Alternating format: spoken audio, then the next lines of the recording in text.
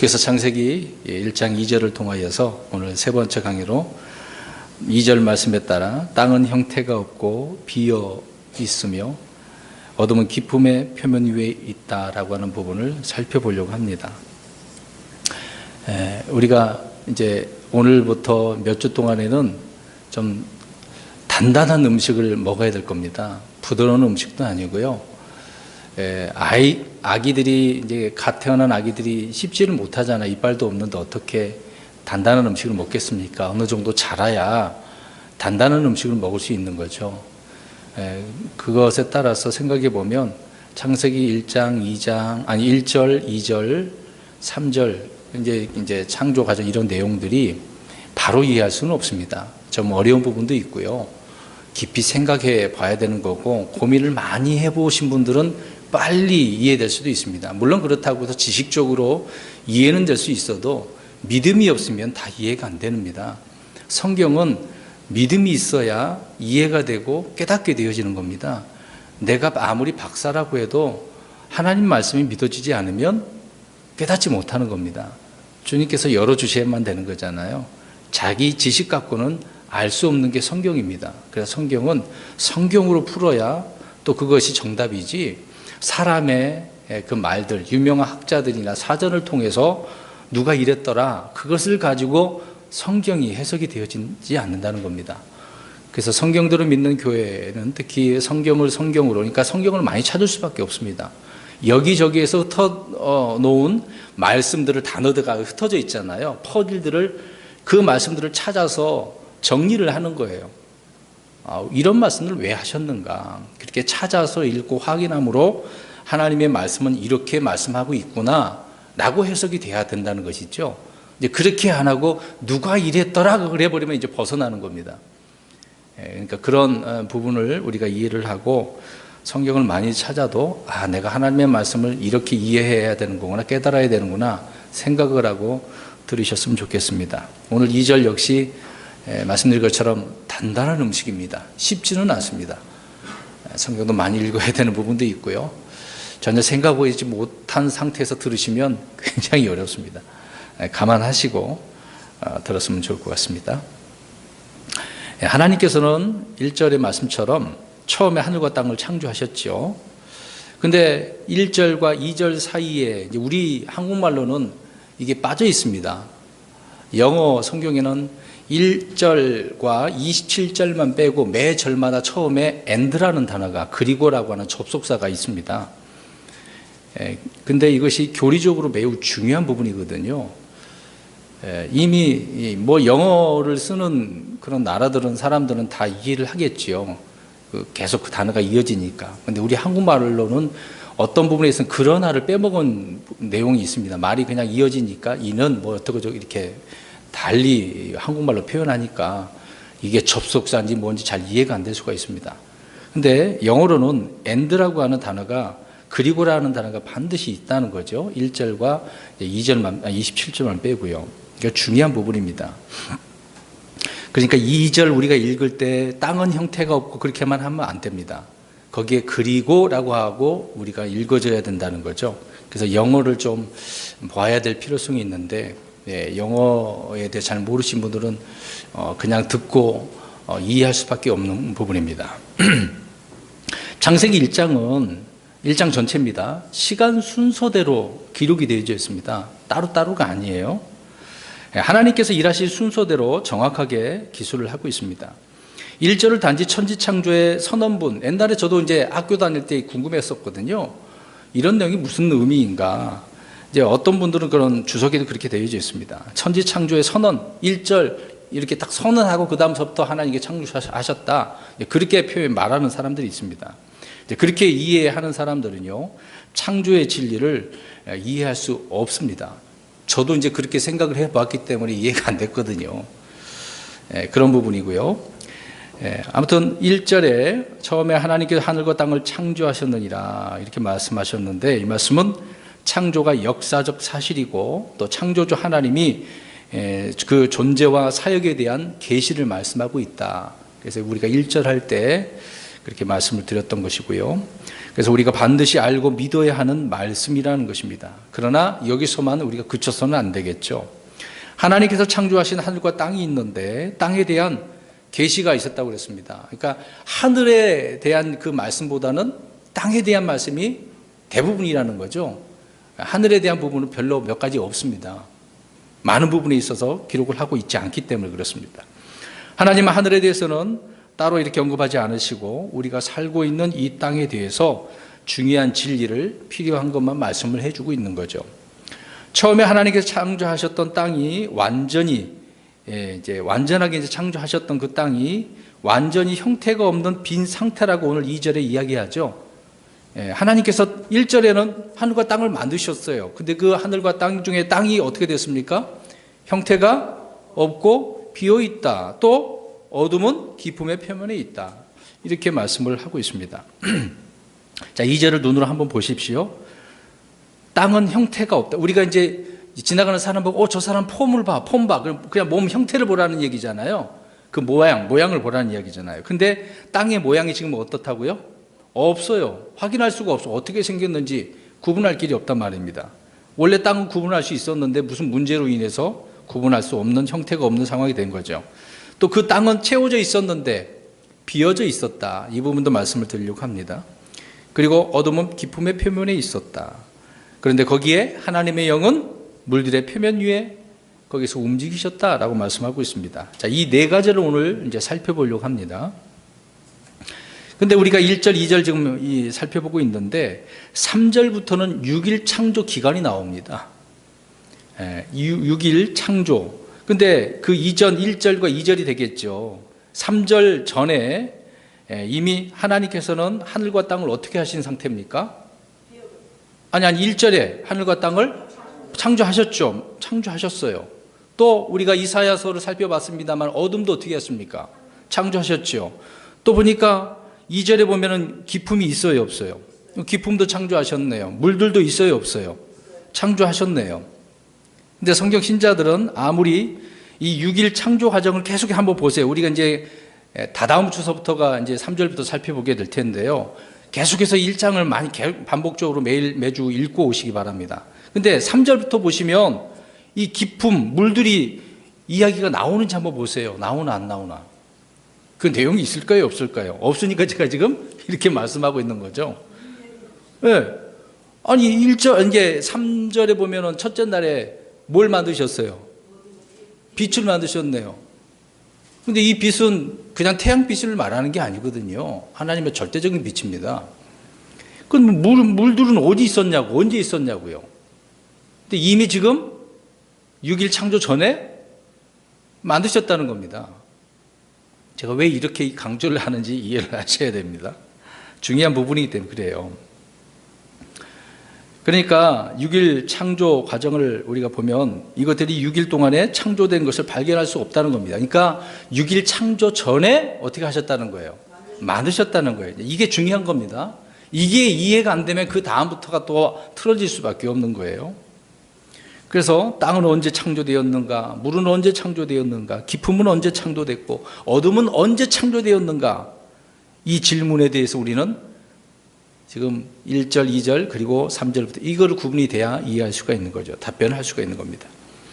우리는 고고학이나 지질학이나 진화론 등을 통해서 이런 각종 과학의 어떤 반론에 대해서 신경 쓸 필요가 없습니다. 과학자들이 이렇다 저렇다 막 여러 가지 이론들을 내놓잖아요.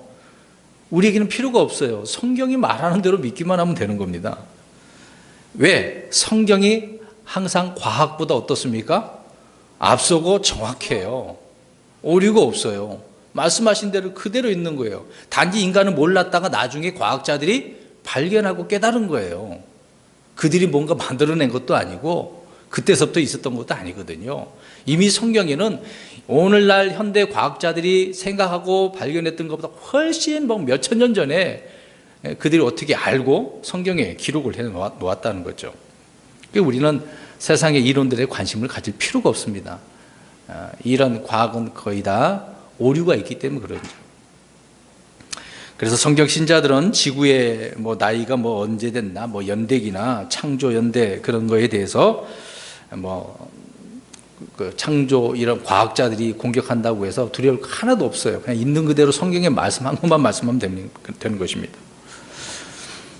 물론 뭐 나름대로 성경적 과학을 뭐 연구를 해서 우리나라 창조 과학회의도 있잖아요. 세계적인 그런 과학회이긴 하는데, 그런 과학회에서 이제 비롯한 크리스천 과학자들이 오늘날 이제 과학이 성경을 공격하잖아요. 그런 공격으로부터 성경적 진리를 지키기 위해서 이런 논리를 막 개발하고 연구하는 거예요. 지금도 그래요.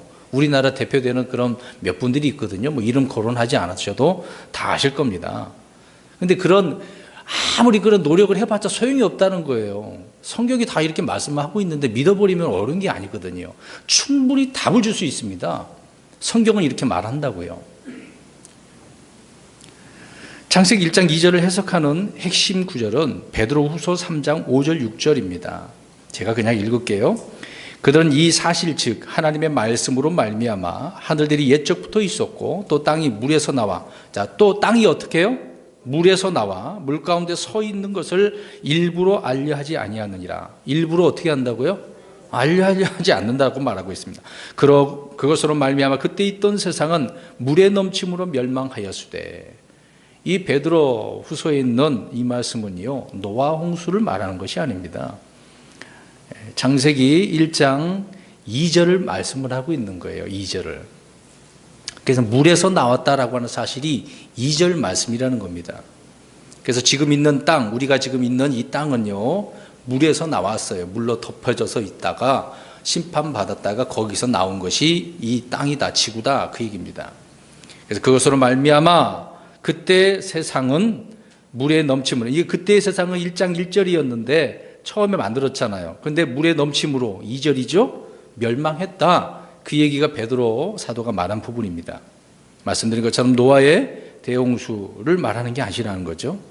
노아의 홍수 때는 땅이 비로 인해서, 홍수로 인해서 150일 동안 물에 잠겼지 물에서 나오지 않았다는 겁니다. 단지 지구가 물에 그냥 잠겨 있어서 하나님께서 하늘의 창을 여시니까.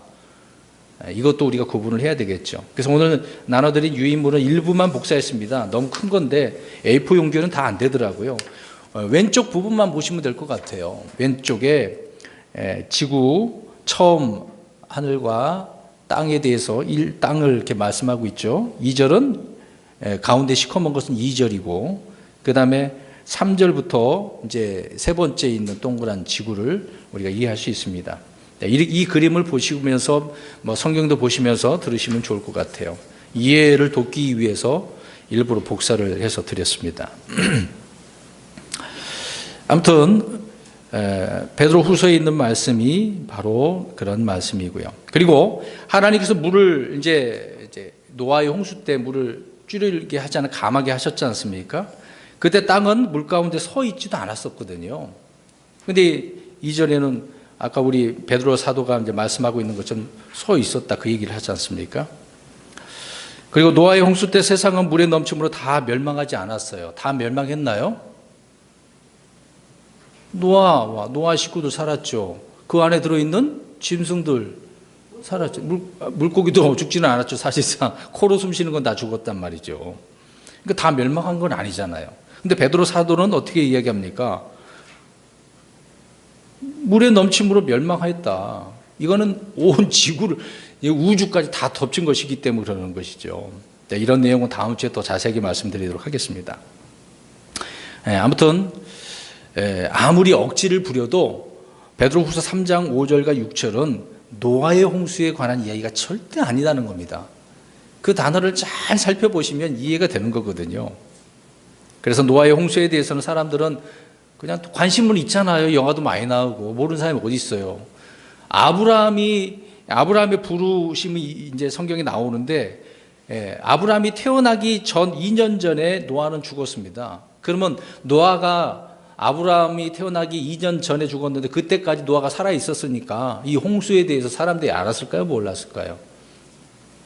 알았겠죠. 노아가 살아 있으면서 이런 역사를 하나님께서 이루셨다고. 다 어떻게 보면 이제 노아의 후손들이잖아요. 다 죽었는데 노아를 통해서 사람들이 태어났으니까.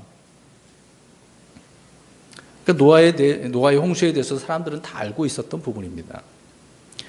근데 그때 있던 세상은 물의 넘침으로 멸망하였을 때라고 하는 이 말씀대로 멸망의 결과는 창세기 1장 2절에 말씀하고 있는 그대로다, 그 얘기입니다. 아무튼 베드로 사도가 말하고 있는 물에 넘친 그때 있던 세상 멸망득은 창세기 1장 2절의 말씀이다. 그것까지 그렇게 이해를 하시면 될 것 같고요. 그리고 오늘 2절은 하나님께서 창조하신 하늘과 땅이 물에 넘침으로 인해 멸망한 상태를 정확하게 보여주고 있는데요. 우리는 이전 세상이 있었다는 것을 성경을 통해서 이렇게 찾아보니 알 수가 있습니다. 증거 구절이 더 있어요. 하나만 또 보겠습니다. 자, 예를 들어서 이제 예레미야 4장 23절 보세요. 예레미야 4장 23절입니다. 이거는 한참 시대가 지난 후에 이런 말씀이 있어요. 금방 우리가 2절을 읽었는데요. 2절에 있는 내용이 이 예레미야에 있는 그대로 사용되는 단어가 있습니다. 그러니까 처음에 나온 성경 그 단어가 앞으로 계속 그걸 확정지기 때문에 계속 그렇게 흘러갑니다. 예레미야 4장 23절 시작. 내가 땅을 보니 보라 땅이 형태가 없고 비어 있었으며 하늘들을 보니 그것들에는 빛이 없었고. 자, 우리가 이거 읽어보니까 2절 말씀과 비슷해요, 안 비슷해요? 비슷하죠? 자, 땅이 형태가 있어요, 없어요? 없네요. 비어 있었네요. 형태가 없고 비어 있네요. 그리고 하늘들을 보니까 그것들은 뭐가 없어요? 빛이 없었다는 것은 어떤 상태라는 거예요? 그렇죠. 그러니까 2절과 동일한 그런 이해가 되는 겁니다. 그런데 이 구절은요, 보니까 이 구절은 앞으로 있을 대환란 때에 있을 이야기거든요. 대환란 때 주의 심판에 대한 결과를 말씀하고 있는 겁니다. 그렇다면 창세기 1장 2절 역시 심판의 결과라고 하는 사실을 자연스럽게 이해할 수 있지 않겠습니까? 지금의 하늘과 땅은 앞으로 불로 멸망할 것을 믿는다라고 한다면 과거에 창세기 지금 제가 말씀하고 있는 2절에 대한 부분이죠. 과거에 지금과 다른 창조가 있었다는 것을 믿지 못할 까닭은 없잖아요. 이전 세상이 있고 현재 세상이 있고 다가올 세상이 있는 것. 쉽게 이해가 되지 않겠습니까? 또 이거를 다른 예로 한번 적용을 해보겠습니다. 이따가 뒤에서 한 번 더 말씀드리겠는데요. 1절, 2절을 영적으로 한번 적용해 보자고요. 우리 사람을 창조하신 것을 한번 생각해 보겠습니다. 우리 인간 창조하는 것을 보면 이렇게 어떤 패턴을 한번 생각해 봤으면 좋을 것 같아요. 그러면 1절은 하나님께서 하늘과 땅을 창조하셨는데 완벽하잖아요. 그렇죠? 그러니까 이제 욥기서에 하나님의 아들들이 어떻게 했다고 그랬습니까? 찬양했다고 했잖아요. 근데 그 구절도 이따가 한 번 더 찾아보겠습니다. 그러면 저와 여러분도 처음에 지음받은 사람은 완벽해요, 안 해요? 아담을 생각해 보세요. 완벽하죠? 근데 그런 상태에서 2절이 지금 어떤 상태가 됐습니까? 땅은 형태가 없고 비어있고 어둠 속에 있네요. 죄를 범하여 심판받은 사람의 영적 상태를 보시기 바랍니다. 어떨까요? 똑같죠? 어둠 가운데 있는 거잖아요. 주 예수 그리스도를 믿기 전과 후를 저와 여러분 한번 생각해 보세요. 우리가 예수 그리스도를 믿기 전에는 어떻습니까? 네, 그렇죠. 근데 지금은 어때요? 이제는 새로운 창조물이 된 거잖아요. 그렇죠? 이제 지금은, 과거에 그랬는데 지금은 예수 믿었기 때문에 새로운 창조물이 된 거잖아요. 그게 이제 3절부터가 그 얘기가 나오는 거거든요. 이게 영적으로만 우리가 또 이렇게 생각을 해도 이해가 될 수 있는 겁니다. 그렇다고 해서 우리는 꼭 영적으로 먼저 생각하면 안 되겠죠. 문자적으로 이해를 하고 영적으로도 우리가 교훈을 얻어야 되겠습니다. 이렇게 말씀드렸기 때문에 이해를, 간단한 얘기지만은 이해가 되는 부분이 아니겠습니까? 하나님께서 형태가 없고 비어있는 땅, 어둠 속에 있는 땅을 다시 만드는 과정을 통해서 죄를 범함으로 하나님의 형상이 파괴되고 또 속은 어둠으로 가득한 사람들을 다시 창조하는 이런 형태를 우리가 볼 수 있는 것입니다. 그래서 모든 사람은 다 그 속에 빛이 전혀 없는 어둠이 이제 가득하죠. 어둠 속에 거하기 때문입니다. 그러면 2절은, 오늘 창세기 1장 2절은 불신자들의 영적인 상태, 믿기 전에 그 상태를 말하고 있죠. 그 속에 있는 상태를 말씀해 주기 때문에 정확히 일치하는 거죠. 우리는 성경을 분명히 이렇게 적용을 할 수가 있습니다. 자, 그럼 다시 2절 본문을 보시기 바랍니다. 하나님께서 땅을 창조하실 때 헛되이 창조하셨어요? 안 하셨어요? 그렇죠. 완벽하게 창조하셨습니다. 우리 이사야 45장 18절을 보시면 알아요. 한번 보세요. 하나님은 형태도 없이 텅 빈 상태로 창조한 것이 아닙니다. 이사야 45장 18절. 중간 부분에 하나님은 친히 땅을 조성하시고, 읽어보겠습니다. 시작. 하나님은 친히 땅을 조성하시고 만들며 견고하게 하였으며 땅을 헛되이 창조하지 아니하고. 보세요. 헛되이 이 헛되라는 단어를 보시기 바랍니다.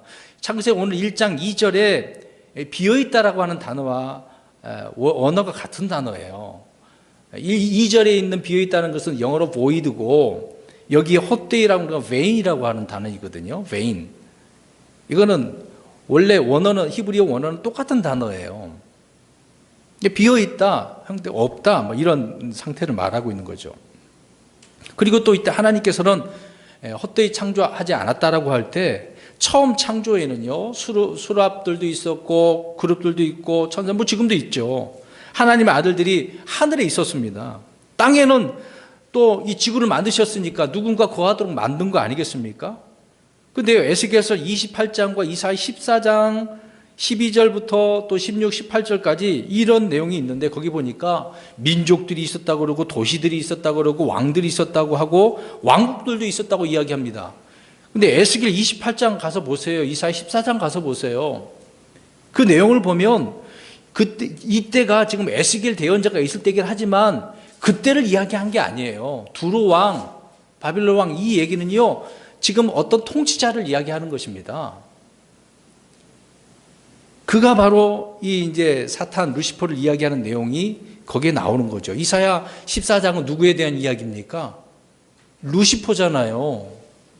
루시퍼에 대한 이야기가 나오잖아요.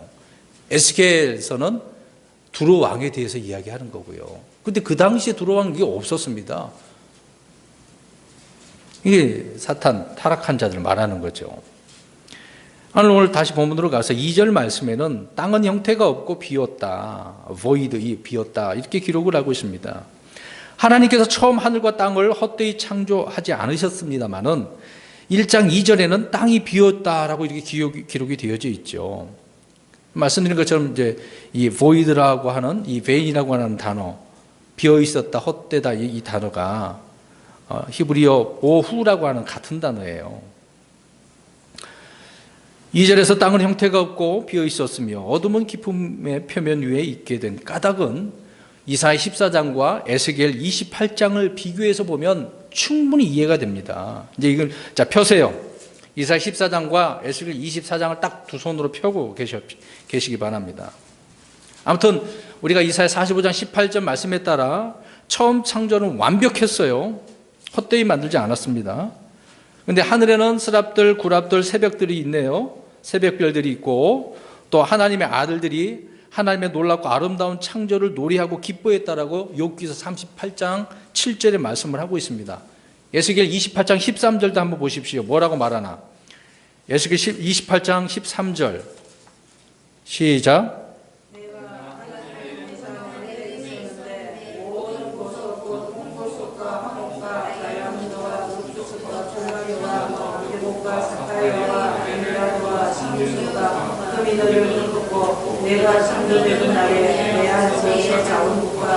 자, 내 안에서 뭐가 있어요 지금? 아니, 내 안에 작은 북 뭐 그랬잖아요. 그걸로 뭐 하는 겁니까? 그렇죠. 그 내용입니다. 그것을 통해서 알 수가 있는 거죠. 이렇게 노래하고 창조를 노래하고 기뻐했다라고 하는 구절입니다. 그래서 땅에는 도시들도 있고 왕국들이 세워지고 왕들이 통치하고 민족들이 번성했다고. 자, 이사야 14장 18절 보십시오. 이사야 14장 18절 읽어주시기 바랍니다.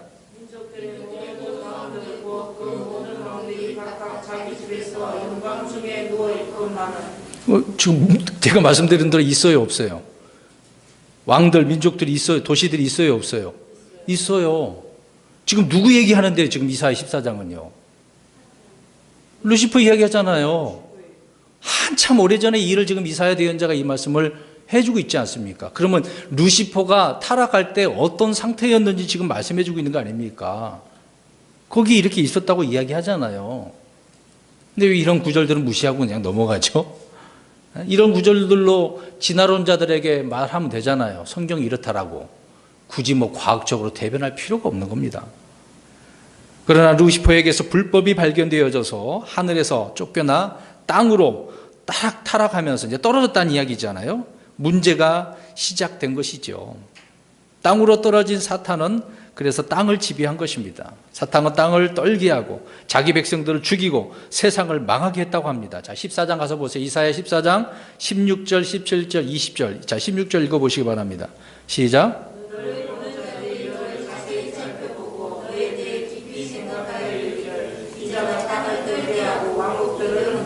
17절.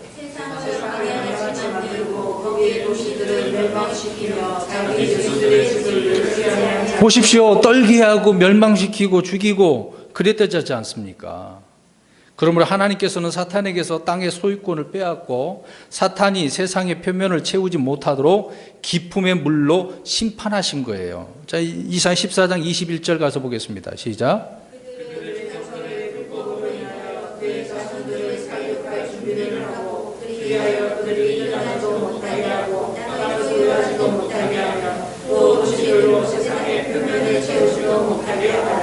그렇죠? 그의 문제로 인해서 하나님은 이 땅을 이렇게 심판하셨다고 지금 말씀을 하고 있지 않습니까? 그런데 이때 하나님께서 어떻게 심판하셨는지 욥기서 22장을 보면 됩니다. 자, 욥기서 22장 잡고 있었던 것은 이제 놔두시고요. 욥기 22장 15, 16절을 보십시오. 욥기 22장 15, 16절.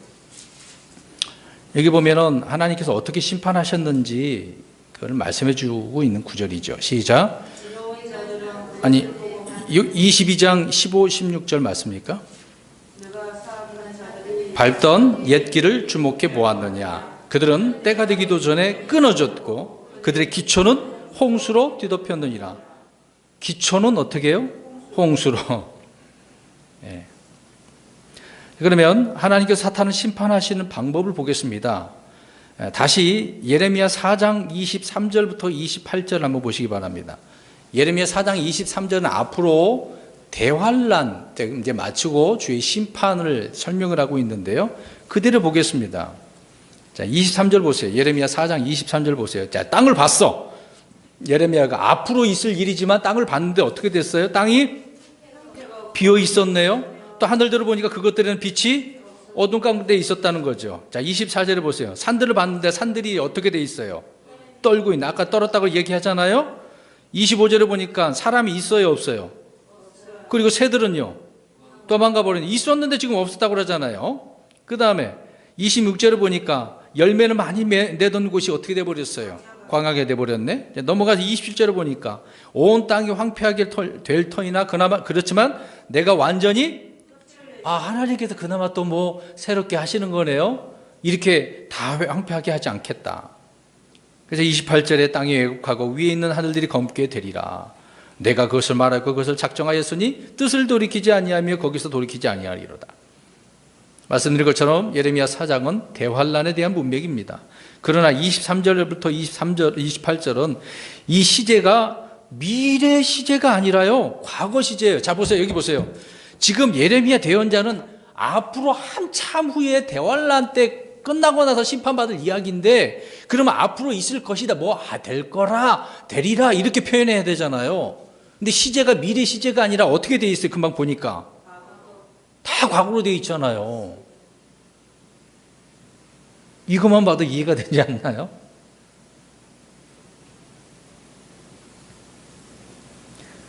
근데 이제 대환란 때는 실제 그렇게 있었잖아요. 사람도 있고 도시들도 다 있는데 다 어떻게 돼버렸다는 겁니까? 심판당한 거잖아요.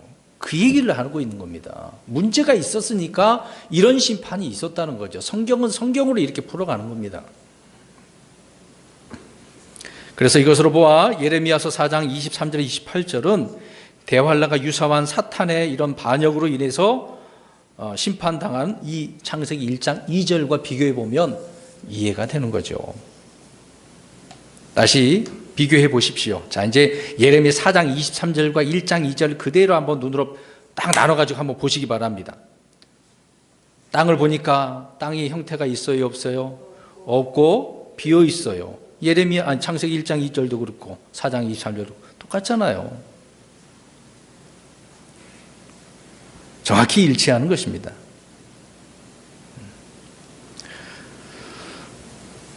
좀 전에 언급한 것처럼 욥기 22장 15, 16절은 짧은 구절이지만 사탄이 끌어진 것, 심판에 대한 그 구절을 말씀하고 있는 겁니다. 그래서 하나님께서 사탄을 기품의 물에 의한 그 홍수로 심판하셨음을 성경과 성경을 이렇게 비교함으로써 우리가 알 수 있다는 겁니다. 그래서 이 심판이 어떤 결과를 초래하였는지 2절과 예레미야 4장 24절부터 26절까지도 이렇게 말씀해 주고 있고, 또 이사야 14장 16, 17절 예레미야 서로 예레미야 구절하고 짝을 이루고 있다, 그 얘기입니다. 아까도 잠깐 말씀드렸습니다마는 이사야 14장 16, 17절을 보면은 땅을 떨게 했다라고 하잖아요. 그 말씀 역시 예레미야도 거기서 언급을 하고 있습니다. 산들이 떨었다, 그 얘기입니다. 이처럼 사탄의 범죄와 반역은 하나님의 맹렬한 분노를 초래했다. 자, 그림을 보시기 바랍니다. 유인물 보시면 가운데 시커먼 위에다 이제 누가 딱 내려와 있어요. 지금 그룹이라고 하는 루시퍼가 있죠. 하나님께 이렇게 아름답게 만들어 놓고 했는데 내려와 가지고 이렇게 더럽힌 그 상태를 1절과 2절을 설명을 해주고 있는 구절이라는 것을 알 수가 있습니다. 그래서 그 결과 첫 창조의 세상은 기품의 물에 의해서 홍수로 사악한 자들이 얻게 되었다. 거기에 이제 누군가 살았었나 보죠. 그리고 새들도 날아갔고 도시들은 무너졌고 온 땅이 황폐하게 됐고 세상의 모든 기초는 홍수로 휩쓸려 내려갔고 땅은 그래서 형태가 없고 비어있게 되었다. 그 말씀을 하고 있는 겁니다. 앞으로도 또 그렇게 되는 부분이고요.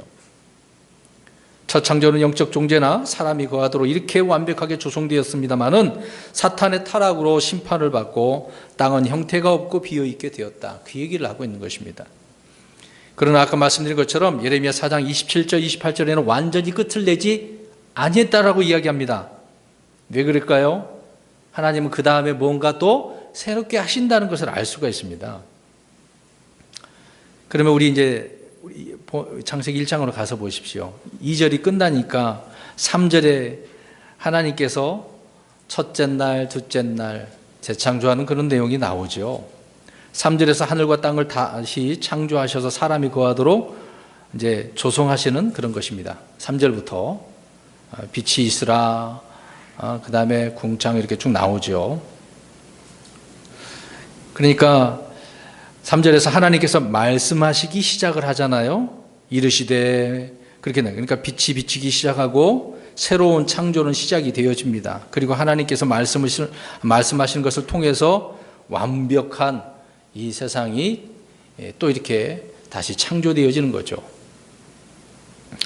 아무튼 첫 창조의 하늘과 땅이 루시퍼의 범죄로 타락을 하였으나 하나님의 말씀에 의해 다시 창조되는 것처럼 창조된 인간이 사탄의 유혹으로 타락을 하였습니다마는 하나님의 말씀에 의해서 다시 어떻게 되는 거예요? 새로운 피조물, 창조물이 되는 것입니다. 창조도 이렇게 다시 창조가 되듯이 범죄한 인간도 다시 창조되어야만 하는 겁니다. 그래서 복음을 듣고 믿는 자들이 어떻게 합니까? 다시 창조되는 거죠. 태어나는 거죠. 그래서 우리 고린도후서 5장 17절 항상 암송하는 구절 아닙니까? 새로운 피조물, 성령님의 움직임과 하나님의 말씀에 의한 그 사역에 의해서 이렇게 새로운 창조물, 피조물이 되는 거죠. 그래서 그 말씀이 저 여러분에게 왔기 때문에 새롭게 된 것입니다. 오늘 이따가 또 끝부분에 말씀드리겠습니다. 2절 끝부분에 누가 움직이고 계셔요? 성령님이. 하나님의 영이니까 누구에게겠어요? 성령님이잖아요. 그분 끝부분에 대해서 또 말씀드리겠습니다. 자, 그리고 말씀드린 것처럼 이제 2절 마치고 이제 우리가 다다음 주에 3절부터 이제 쭉 나가게 될 텐데요. 자, 3절부터 31절까지의 내용은 형태가 없고 비어있는 그 땅을 지금 다시 하나님께서 어떻게 하시는 과정이에요? 그렇죠. 재창조, 채우시는 거잖아요. 조성하시는 과정이에요. 다시 만드시는 거. 이때는 창조라고 하는 게 아니에요. 다시 만드시는 거예요. 물론 사람, 짐승에 대한 부분은 창조 없었으니까, 코로 생명에 대한 거 없었으니까 다시 창조를 하는 거죠. 그러니까 하나님은 창조자이라는 것을 말씀하고 있고 동시에 조성자라고 이야기합니다. 1절에는 창조자라고 이야기하는데 다른 데서는 조성자라고 그래요. 시편 95편 5절 가서 보겠습니다. 이런 내용이 여기만 있는 게 아니고 많이 기록되어 있습니다. 시편 95편 5절 보세요. 자, 하나님은 창조자시고요, 조성자시고요, 형성자이십니다. 세 가지를 우리가 살펴보는 겁니다. 시편 95편 5절 시작. 바다도 그분의 것이니 그분께서 그것을 만드셨으며 마른 땅도 그분의 손이 조성하셨도다. 여기서는 조성이라는 단어가 들어갔어요. 크리에이터라고 하는 창조 그 단어가 아닙니다. 메이커라는 거잖아요. 우리가 메이드 인 차이나 메이드 인 코리아 그러잖아요. 만든 거, 만든 자가 하나님이다. 조성자는 이제 메이크라는 단어죠. 메이드.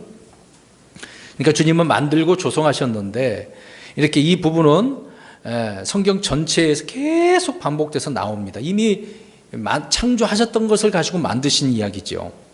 그래서 예레미야 10장 16절에도 그분은 만물의 조성자시라고, 예레미야 33장 2절에도 그것을 조성하고 굳게 세운 자 주가 이같이 말하노라 이렇게 말씀하고 있습니다. 그러니까 세 가지입니다. 창조자, 조성자, 형성자 세 가지입니다. 그렇게 자신을 계시하고 있는 거예요. 지금. 이 짧은 구절을 통해서요. 우리가 알고 있듯이 창조라는 말은 없는 것으로부터 있도록 하는 것이 창조라는 단어. 이건 다 알고 계시죠? 아무것도 없는 가운데 만드는 것이 창조예요. 근데 있는 것을 가지고 이미 존재한 것으로부터 무엇을 형성케 하는 것을 뭐라고 표현한다? 만들다, make 그 말입니다. 하나님께서는 시작도 여기 보세요. 그럼 이렇게 예를 들어서 여기 립스틱이 있네요. 이게 입술에 바르는 건데 이거를 크리에이터라고 할 수 있습니까? 그렇게 할 수가 없잖아요. 이 플라스틱 재료를 어디서 구해가지고 만든 거잖아요. 그 안에 있는 성분도 그렇고 있는 것을 가지고 했으니까 이걸 뭐라고 하는 거예요? 여기다가 써 있잖아요. Made in 뭐 어디 코리아 뭐든 써놓은 거잖아요. 이런 것만 해도 우리가 이해할 수 있는 거 아니겠습니까? 아무튼 우리 하나님께서는 시작도 끝도 없으시고 스스로 존재하는 분이십니다. 처음에 아무것도 없는 상태에서 하늘과 땅을 창조하셨습니다. 1절이죠. 그러나 말씀으로 다시 창조하실 때에는 첫째 날 빛이 있으라라고 명령하신 뒤에 빛과 어둠을 나누셨습니다. 왜요? 지금 어둠이 어떻게 하고 있어요? 다 2절 보시면 되잖아요. 어둠은 기품의 표면 위에 있고 지구를 다 덮고 있었잖아요. 이 어둠이. 그러나 둘째 날에는 물의 창조는 언급하지 않으시고 물들에서 무엇을 또 나누셔요? 물들을 나누시네요. 보세요. 그럼 이 물들은 언제 창조하셨어요? 2절에 아니 두 번째 날 나오는데 이 물들은 어디서 창조했다는 말이 나와요? 안 나오잖아요. 그러니까 이미 하나님께서 만드셨어요. 이미 2절에. 그리고 궁창을 있게 하시고 물을 모이게 하며 또 땅이 드러나게 하시고 땅에서 씨 맺는 식물을 내게 하시고 해와 달과 별들을 만드셨습니다. 이게 이제 6일 창조 과정이죠. 말씀드린 것처럼 다만 새로운 생명체인 날짐승과 고래들과 물속에 있는 피조물들과 사람들은 창조하셨습니다. 왜? 생명이 없는 곳에서 존재하도록 창조된 것이기 때문에. 지금 다 없잖아요. 없는 상태에서 다시 하셨으니까. 그러니까 그러면 생각해 보세요. 오늘날 이제 세포를 복제해요, 안 해요? 생명체를 뭔가 다시 복제하려고 하잖아요. 그러면 그것을 볼 때 우리는 창조라고 표현할 수 있겠습니까? 생명의 창조라고 할 수는 없겠죠. 복제한 거예요. 그냥 만든 거예요. 땅은 형태가 없었기 때문에 주님은 형태를 이렇게 제공하시고 단장했다라고 이야기합니다. 땅은 비어 있었기 때문에 주님은 가득 채우시는 거죠. 문제가 있었으니까 다시 회복시킨다 그 얘기를 하고 있는 겁니다. 우리 주님은 충만하신 분이잖아요. 그래서 3절부터 나오는 6일 창조 과정은 그 형태와 질서를 다시 채우는 부여하는 과정이에요. 출애굽기 20장 11절 가서 우리 읽어보겠습니다. 출애굽기 20장 11절. 모세는 어떻게 기록을 하고 있는지 보겠습니다. 20장 11절 시작. 여섯 동안에 주가 하늘과 땅과 바다와 그것들 안에 있는 모든 것을 만들고 일곱째 날에 안식하셨느니라. 그러므로 주가 안식일을 복되게 하여 그날을 거룩하게 하였느니라. 여섯 동안에 어떻게 하셨대요? 만들다. 창조라고 하지 않았잖아요. 만들다. 부여해, 형태와 질서를 부여하고 있는 겁니다. 근데 이제 잠깐 아까 빠뜨렸던 내용이긴 하는데, 욥기서 38장에 보면 이제 기초를 놓을 때 이제 하나님의 아들들이 노래했다고 그러잖아요. 근데 생각해 보세요. 지금 이 형태 없는 상태를 하나님께서 만들었다고 생각해 보세요. 여기 보세요. 그러면 이런 하나님의 아들들이 그것을 보고 노래했다? 여러분 어떻게 생각하십니까? 우리 하나님이 창조를 하셨는데 이 하늘과 땅이, 이게 땅이 비어있는 상태로 만드셨다? 노래하고 있네요. 여러분 어떻게 생각하고 있습니까? 뭔가 이상하잖아요. 하나님에 대해서 좀 비하하는 걸까요? 아무튼 엿새 동안 주님께서 모든 것을 만드셨는데 그 과정이 3절부터 11절에 나오는 그런 내용입니다. 그러니까 1절과 2절은 6일 창조 과정에 관한 기록이다, 아니다? 아니다, 그 얘기입니다. 자, 이것이 땅은 형태가 없고 비어있다라고 하는 내용이죠. 자, 두 번째로 어둠은 기품의 표면 위에 있었다라고 하는 말입니다. 이 부분은 이제 지난주에 이제 어둠에 대해서 말씀드렸죠. 근데 이 어둠은 하나님께서 만드셨어요, 안 만드셨어요? 만드셨다니까. 창조물이에요. 어둠은 창조한 거예요, 하나님이. 나는 빛도 짓고 어둠도 창조하며라고 했습니다. 이사야 45장 7절에. 그러니까 어둠은 이전에 창조된 것이라는 것을 알 수가 있죠. 물도 그렇습니다. 기품도 마찬가지예요. 지금 이것도. 그렇지만 지금 어둠은 계속해서 존재해야 안 해요. 지금도 있잖아요, 어둠이. 마태복음 8장 12절이나 22장 13절, 25장 30절에는 하나님은 지옥을 바깥 어둠이라고 또 이렇게 표현합니다. 그러니까 여기 보세요. 기쁨의 표면 그러면 전 우주, 둘째 하늘이라고 생각하시면 되겠어요. 근데 그 기쁨의 표현 그러면은 다른 용어로는 지금 어디를 이야기하냐면 이 지구 아래에 있는 무엇을 이야기한다고요? 지옥을 의미한다. 누가 거기에 있어야 될 것인지 다 말씀해 주고 있는 거죠. 그러니까 어둠은 마귀를 표현하는 그런 말이기도 하죠. 그래서 주님께서 누가복음 22장 53절에는 어둠의 권세 그렇게 이야기합니다. 근데 그 마귀가 지배하는 세계를 말하는 거죠. 어둠의 권세가. 에베소서 6장 12절에는 어둠의 치리자들, 골로새 1장 13절에는 어둠의 권능, 베드로후서 2장 4절에는 어둠의 사슬, 로마서 13장 12절에는 어둠의 행위, 고린도전서 4장 5절에는 어둠의 일들, 이런 데에서 언급을 하고 있습니다. 그러니까 이 어둠이 지금 누가 지배하고 있는 것을 설명하고 있는 거죠. 그렇죠. 그러니까 성경에 처음 나온 단어가 답이에요. 그게 하나님께 확정 지은 겁니다. 좋은 의미가 아니고 또 좋은 의미의 단어가 있고, 이전에는 지금 다 부정적인 이야기잖아요. 주님의 창조하신 땅은 기쁨의 물속에 잠겨 있었고 기쁨의 표면 위에는 빛이 있었던 것이 아니라 어둠이 있었다고 이야기하는 것입니다. 이것을 우리 믿는 그리스도인들을 빛이라고 표현한다면 믿지 않는 불신자들은 무엇이겠습니까? 어둠이죠. 그러니까 저와 여러분은 지금 빛 가운데 있는 겁니다. 주님을 믿는 자들은요. 빛이 우리 안에 있고 우리 위에 있다라고 성경은 말씀하고 있습니다. 데살로니가전서 5장 4, 5절인데요. 제가 읽겠습니다. 그러나 형제들아 너희는 어둠 속에 있지 아니한즉 그 날이 도둑같이 너희를 덮치지 못하리라. 너희는 다 빛의 자녀요 낮의 자녀라. 우리는 밤이나 어둠에 속하지 아니하니. 우리는 어둠에 속하지 않습니다. 믿는 자들은 다 그래요. 그러니까 이 창조 과정은 땅을 어둠 속에서 어떻게 하는 거예요, 지금요? 건져내는 거잖아요. 새 창조라 불리는 저와 여러분들, 우리 크리스천들, 그리스도인들 역시 어둠의 권능, 이 어둠의 권세에서 건져낸 겁니다. 무엇을 듣고요? 복음을 듣고, 말씀을 듣고. 3절의 말씀이 그래서 나오는 거예요.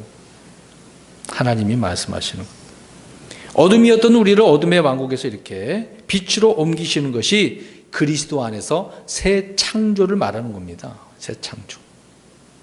그래서 구약의 모든 역사적 사건들은 장차 올 일들의 그림자고 예언적인 진리를 다 포함하고 있었던 거죠. 그것은 이제 우리 주님이 다 이루신 것입니다.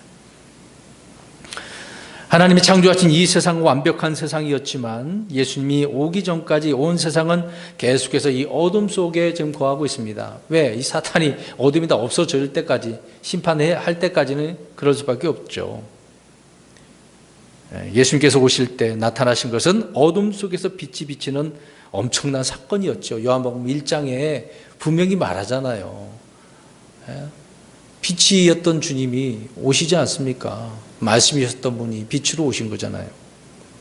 생명의 빛이라고 말씀하고 있습니다. 계속해서 오늘 본문 보십시오. 2절 어둠은 기쁨의 표면 위에 있었고라는 말씀에서 기쁨의 표면이란 어디를, 무엇을 말하는 것입니까? 이 기쁨은 하나님의 창조물이라고 했었죠. 자, 그러면 이제 또 다른 부분을 보겠습니다. 로마서 8장 39절을 보세요. 이 기쁨은 창조물이에요. 근데 이 기쁨을 저 깊은 바다 그러면 돼야 안 돼요? 지금 그 얘기가 아니에요. 그거 말하는 게 아닙니다. 자, 로마서 8장 39절 시작. 높음이나 기쁨이나 다른 어떤 창조물이라도 능히 우리를 그리스도 예수 우리 주 안에 있는 하나님의 사랑에서 떼어놓지 못하리라. 보니까 높음이나 기쁨이나 다른 어떤 창조물이래잖아요. 우리는 말을 합니다. 뭐 땅이 깊다, 바다가 깊다 이런 표현을 쓰는데 거기가 끝이 아니에요. 우리가 바다가 깊다는 어떤 하나의 형용사, 뭔가 나타내는 말이잖아요. 근데 이 기쁨은 그냥 명사예요. 그냥 명사. 기쁨이라는 것이 있는 거예요. 그걸 만드셨대요.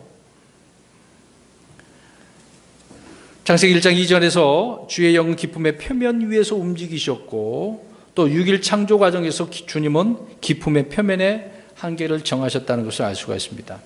현재 이 기쁨의 표면은 어떤 상태에 있을까요?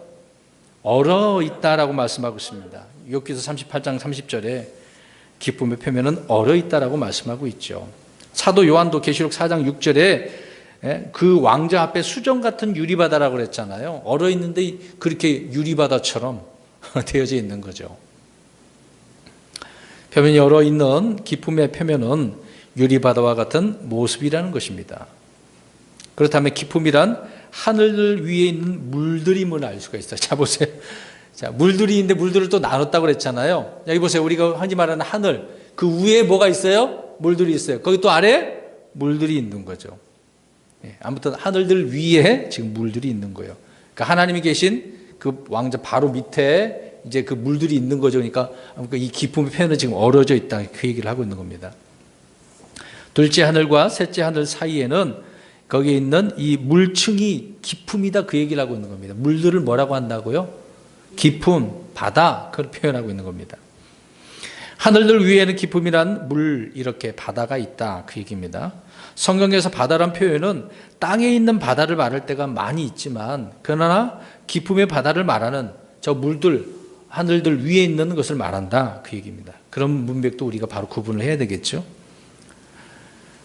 그러니까 하늘들 위에는요, 무한한 허공만 있는 게 아니에요. 물이 있다라고 하는 것은 뭐 과학자들이 나중에 발견됐지만 성경에 말을 하고 있잖아요. 우리 시편에 가서 볼까요? 시편 148편 4절 보십시오. 이미 오래전에 있었던, 물론 욥기서 38장에도 말하고 있는 것인데 이 하늘들에 있는 물들을 지금 말하고 있습니다. 그것을 향하여서 하나님을 찬양하라고 이야기합니다. 148편 4절 시작. 하늘들의 하늘들아, 또 하늘들 위에 있는 물들아, 너희는 그분을 찬양할지어라. 하늘들. 그러니까 첫째 하늘, 둘째 하늘, 셋째 하늘들이 있는데 이 하늘들은 이제 복수잖아요. 근데 하늘들, 둘째 하늘 그 위에 있는 물들 찬양하라고 합니다. 그러니까 이 시편 기자도요, 욥과 마찬가지로 하늘들 위에 있는 물들, 즉 이제 기품에 대해서 말하고 있는 것이죠. 이거를 뭐 망원경으로 천체 망원경으로 이제 얼마나 보려고 했습니까? 그냥 이 말씀만 믿으면 되는데. 기쁨의 표면, 기쁨의 창, 기쁨의 바다. 이 기쁨이란 말은 은유적이고 어떤 상징적 표현이 아닙니다. 실제예요, 실제. 실제 우주 안에 있는 그 공간의 어떤 그런 실제를 말씀하고 있는 겁니다. 그런데 오늘날 기독교에서요, 이런 부분을 비유로 가르쳐요. 비유를 진짜 문자적으로 가르치고 정반대예요. 오늘날 많은 이제 기독교라고 하는 데는 거꾸로 가는 부분입니다. 바르게 가야 되는데 거꾸로 가고 있어요. 반대로 가고 있다는 이야기입니다. 그러니까 기품은 말 그대로 기품이며 창세로부터 존재하는 것이고 지금도 저 위에 하늘에 있다, 그 얘기입니다. 이제 왜곡시키면 안 되겠죠. 또 한 구절 보겠습니다. 로마서 8장 39절을 보십시오. 이게 오해를 하는 경우가 있습니다. 이제 두 군데를 살펴보겠습니다. 로마서 8장 38절 39절 그리고 에베소서 3장 18절 19절 보겠습니다. 먼저 8장 39절 로마서 39절만 보겠습니다. 시작.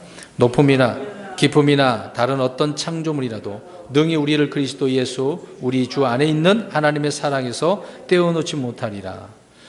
자 보세요. 높음이나 기쁨이나 다른 어떤 창조물이라도, 이게 창조물이잖아요. 높음도 창조물이고 기쁨도 창조물이고. 근데 하나님의 사랑에서 떼어놓지 못한다잖아요. 여기에 지금 누가 살고 있어요? 그렇죠. 악한 자가 있지 않습니까? 이거 높음, 기쁨, 이건 창조물인데 하나님의 사랑의 정도 뭐 크기 이걸 말하는 게 아니에요. 실제 저 위에 있는 걸 말하는 거예요. 은유적으로 이렇게 이건 하나님의 사랑의 표현이야, 그러면 안 된단 말입니다. 진짜 있는 걸 이야기하고 있다는 거예요. 이 구절은요. 사랑의 크기를 말하는 게 아니란 말입니다. 그 다음에 에베소서 3장 보세요. 에베소서 3장 18절 19절 이것도 많이 오해하는 구절이죠. 저도 과거에 그랬었습니다. 장록에 있으면 다 상징으로 풀어요. 막 큰일 났습니다. 그런 걸 볼 때. 에베소서 3장 18절 19절 시작. 모든 성도들과 함께 너비와 길이와 깊이와 높이가 어떠함을 능히 깨닫고 지식을 뛰어넘는 그리스도의 사랑을 알아 하나님의 모든 충만하심으로 충만하게 되기를 구하노라. 아멘. 바울 사도가 지금 모든 성도들과 함께 깨닫기를 원하고 있어요. 그것이 무엇입니까? 무엇을 깨달으래요? 그렇죠. 너비, 길이, 깊이, 높이를 깨달으래잖아요. 이거는 사랑에 대한 이야기를 말하는 게 아니라 이 우주의 그 실제적 크기를 이야기하고 있는 거예요. 이거를 알라라고 이야기하고 있는 거예요. 사도 바울이. 사랑에 대해서는 19절 끝부분에 나오잖아요. 그리스도의 사랑을 알아 하나님의 모든 충만하심으로 충만하게 되기를 구하노라. 뒤에 나오지 않습니까? 이 네 가지 너비, 길이, 깊이, 높이는 우주를 말하는 겁니다. 그 실제적인 크기를 말하는 거예요. 나중에 그 부분은 나한테 표를 한번 보여드리도록 하겠습니다. 그리고 하늘들 위에 있는 기쁨 외에 또 다른 기쁨이 있어요. 아까도 이제 지옥이라고 말씀을 드렸던 거, 아까 언급을 했기 때문에 그냥 넘어가도록 하겠습니다. 그 다음에 세 번째, 마지막이네요. 세 번째, 하나님의 영은 물들의 표면 위에서 움직이셨느라. 이게 좀 고민 좀 했습니다. 근데 지금 보세요. 땅은 형태가 없고 비어있고 어둠은 기쁨의 표면이 있는데 거기에 왜 하나님의 영은 물들의 표면에 위에서 움직이신다. 이게 도대체 뭔 말인가? 여러분 혹시 아시는 분이 계시나요? 이해하고 계신 분 있으십니까? 어떤 의미일까요? 고민 좀 해보셨으면 말씀 좀 해보십시오.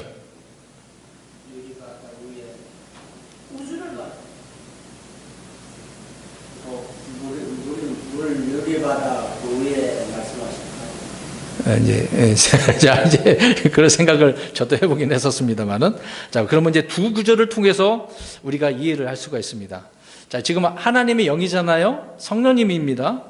우리 성령님에 대해서, 그러니까 하나님의 영은 성령님이신데 성령 하나님을 지금 말씀하고 있는데요. 이 성령 하나님께서 지금 물들의 표면에서 막 움직이고 계시네. 걷는 게 아니고 움직이신다. 뭔가 일을 하신다는 거잖아요. 근데 이 물들의 표면은 기쁨의 바다라고 성경을 말하고 있다는 것인데요. 기쁨의 바다라고 말하는 것은 물들의 이 표면, 아까 우리 형제님 말씀하셨는데 물들의 표면에 움직이셨다. 자, 그럼 이제 성경 보겠습니다. 104편 30절 보십시오. 몇 구절 더 있는데 두 구절만 보겠습니다. 104편 30절, 이제 다 됐네요. 조금만 2분만 더 하면 되겠습니다. 104편 30절 읽어보겠습니다. 시작. 주께서 주의 영을 보내심에 그것들이 창조되어 싸운즉 주께서 지면을 새롭게 하시나이다. 주께서 주의 영을 보내셨네요. 근데 영을 통해서도 그것들이 어떻게 된 것입니까? 창조되었어요. 지금 뭐 하나 창조에 대한 이야기 하잖아요. 그러니까 성령님도 하나님이시잖아요. 창조하시는 하나님이란 말입니다. 근데 지면을 어떻게 하셨대요? 보내셔서 뭐 어떻게 하셨다는 겁니까? 지면을. 그럼 이제 여기 보세요. 이제 그림을 보세요. 여기 그림을 보시고. 이게 이제 지구 상태지만 온 우주가 지금 덮여져 있는 거라고 생각해 보세요.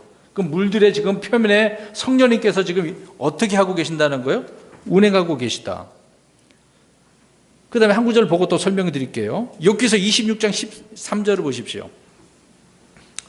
욥기서 26장 13절 26장 13절 시작. 그분께서 자신의 영으로 하늘들을 단장하시고 자신의 손으로 그 구부러짐을 지으셨네. 앞에 부분만 이해하면 될 것 같네요. 자신의 영으로 하늘들을 어떻게 하셔요?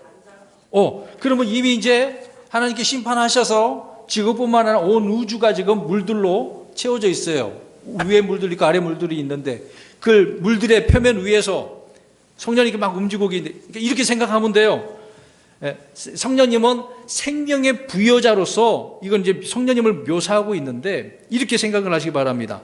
여러분 닭이요, 자기 이제 달걀을 낳잖아요, 알을 낳잖아요. 그럼 그 위에서 어떻게 하고 있습니까?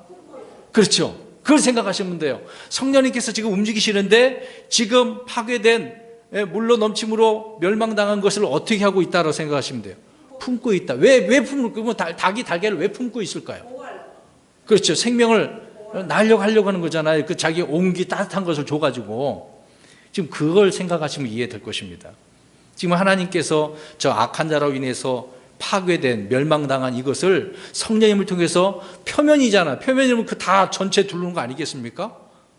그래서 품고 있는 거예요. 뭘 하려고? 다시 생명을 부여하려고.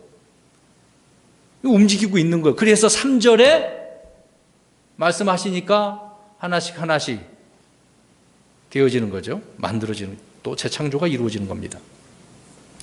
그러니까 홍수로 심판당한 하늘과 땅, 곧 물들이 풍성한 생명을 낼 수 있는 것은 성령님께서 그 위에서 무엇을 하셨기 때문에 움직이시니까, 움직이시고 계시는 거예요. 그렇게 하셨기 때문입니다. 그러니까 성령님이 움직이시면 생명이 부여가 되는 것이고 그 생명은 솟게 되는 거예요. 살아나는 거예요. 그러니까 저와 여러분이 예수 그리스도를 믿으니까 그 말씀으로 저와 여러분들이 거듭나잖아요. 그럼 성령님이 내 안에 들어오셔서 내 영을 어떻게 합니까? 다시 새롭게 하잖아요. 태어나게 하시지 않습니까? 우리가 그렇게 해서 솟게 되는 거거든요. 이것만 봐도 우리 자신을 또 깨닫게 되는 거 아니겠습니까? 이렇게 원창조가 있고 재창조가 있다는 것을 이렇게도 이해가 되는데 저와 여러분도 재창조된 거잖아요. 그렇죠? 이해되시죠? 새롭게 태어난 거죠. 새로운 창조물이라고 했으니까. 그러므로 성령님을 통해서 새롭게 창조되고 지면을 새롭게 하셔서 하늘들을 이렇게 단장하셨다. 이 두 구절을 통해서 이해가 되는 것입니다. 그래서 이제 재창조가 3절부터 시작되어지는 건데 3절 들어가기 전에 재창조에 대해서 전체적으로 다음 주에 좀 칠판에다가 써가면서 설명을 더 자세하게 드리도록 하겠습니다. 아무튼 우리 사는 성도 여러분, 하나님은 이런 분이세요. 누군가는 파괴하지만 우리 하나님은 다시 새롭게 하셔서 주님의 역사를 말씀하신 것들을 다 이루시는 겁니다. 이제 완전히 이루어지는 때는 이제 얼마 남지 않았겠죠. 더욱더 우리는 정말 하나님이 어떠한 분이신가를 이해하고 믿고 또 그 주님을 사랑하고 섬기는 저희 여러분 되시기를 주의 이름으로 축원합니다.